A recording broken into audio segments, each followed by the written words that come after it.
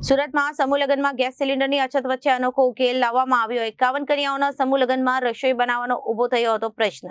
Commercial gas ન મળતા કેટરરે વ્યક્ત કરી હતી અસમર્થતા। આયોજક સમિતિએ પરંપરાગત રીતે રાસ્તો અપનાવી લાકડાના ચૂલા પર શરૂ કરી રસોઈ। સુરતમાં સમૂહ લગ્નમાં ગેસ સિલિન્ડરની અછત વચ્ચે અનોખો ઉકેલ। 51 કન્યાઓના સમૂહ લગ્નમાં રસોઈ બનાવવાનો ઊભો થયો હતો પ્રશ્ન। કમર્શિયલ ગેસ ન મળતા કેટરરે વ્યક્ત કરી હતી અસમર્થતા। આયોજકો સમિતિએ પરંપરાગત રીતે અપનાવી લાકડાના ચૂલા પર શરૂ કરી રસોઈ। ગ્રામીણ વિસ્તારોમાંથી મંગાવ્યા 2000 કિલો લાકડા। દૂધીનો હલવો, દાળ ભાત, પૂરી અને શાક તૈયાર થઈ રહ્યા છે। લાકડાના ચૂલા પર આયોજકોનો દેશી જુગાડ સફર વિઘ્ન વિના ચાલી રહ્યો છે। લગ્ન પ્રસંગ। મારું નામ અમરસિંહ રાજપૂત છે। હું ઉત્તર ભારતીય સમૂહ વિવાહ સમિતિનો ટ્રસ્ટી છું। ગેસના બાટલની અસર વચ્ચે એક સમૂહ લગ્નનું આયોજન। અમેરિકા અને ઈરાન વચ્ચે યુદ્ધ ચાલે છે, એ બધા આખા દેશને ખબર છે। તેવી પરિસ્થિતિઓમાં કોમર્શિયલ બાટલાની અછત છે અને એ સમાચાર અમને 10 દિવસ પહેલા જ્યારે કેટરિંગ વાળા આપ્યું કે ભાઈ અમારી પાસે બાટલા નથી, બાટલા લાવશો તો જ તમારું જમવાનું બનશે, અન્યથા તમે પ્રોગ્રામ માટે બીજો વિકલ્પ શોધો।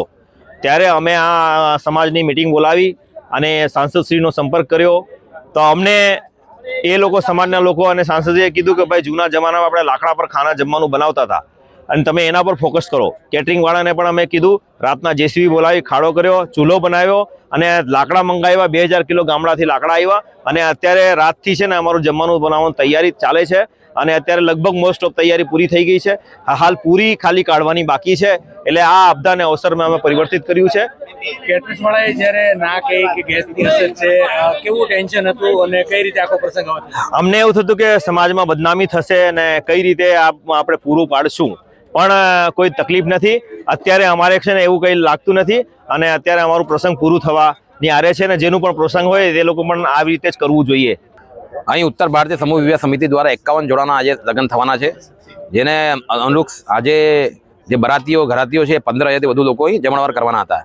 પરંતુ અમે જે કેટરેસને કામ સોંપેલું હતું એ કેટરેસે કાલે બપોરે એવું કીધું કે ખાડી દેશોમાં યુદ્ધ ચાલે છે અને જેના કારણે આ સંભવ નથી, ગેસના બાટલા કોમર્શિયલ મળતા નથી। તો અમે લોકોએ અમારા સાંસદ અહીંયા જલશક્તિ મંત્રી સી આર પાટીલ સાહેબને વાત કરી। એમણે કીધું કે તમે લોકો આપદાના અવસરમાં કેવી રીતે બદલવું છે એ તમે સાહિત્યના જાણો છો। તો અમે લોકોએ આ દિશામાં આગળ વધી, કોઈએ જેસીબી મંગાવ્યું, કોઈએ ઈંટની વ્યવસ્થા કરી, કોઈ ગયા ગામડામાંથી લાકડા લઈને આવ્યા। તમામ સમાજના આગેવાનો જમા થઈને આ કામ કર્યું અને આપણે પહેલાં બી જૂના જમાનામાં જ્યારે પૂર્વજો હતા ત્યારે બી ગેસનો બાટલો તો હતો જ નહીં, એટલે આ રીતના જ કામ કરીને આગળ વધતા હતા। એટલે અમે એ દિશામાં આગળ વધીને આજે તમામ લોકોને સ્વાદિષ્ટ અને એકદમ સુંદર ભોજન અમે કરાવશું એની બાંહેધરી ખાતરી આપી છે। 15,000થી લોકો અહીં જમણવાર કરશે આજે। કેવું રહ્યું જ્યારે કેટરસે ના પાડી હતી કે જમવાનું મારાથી નહીં થાય? અમે લોકોએ તો પછી આજે તો એવો ઉત્સાહનો માહોલ થઈ ગયો, એ આપદા આવતી અવસર થઈ ગયો। અમે લોકો કોઈ લાકડા દોડે છે, કોઈ ઈંટ લઈને આવે છે, એ તમામ જે હતા લોકોને કામ વધારે મળી ગયું અને કામ કરવામાં ખૂબ મજા આવી।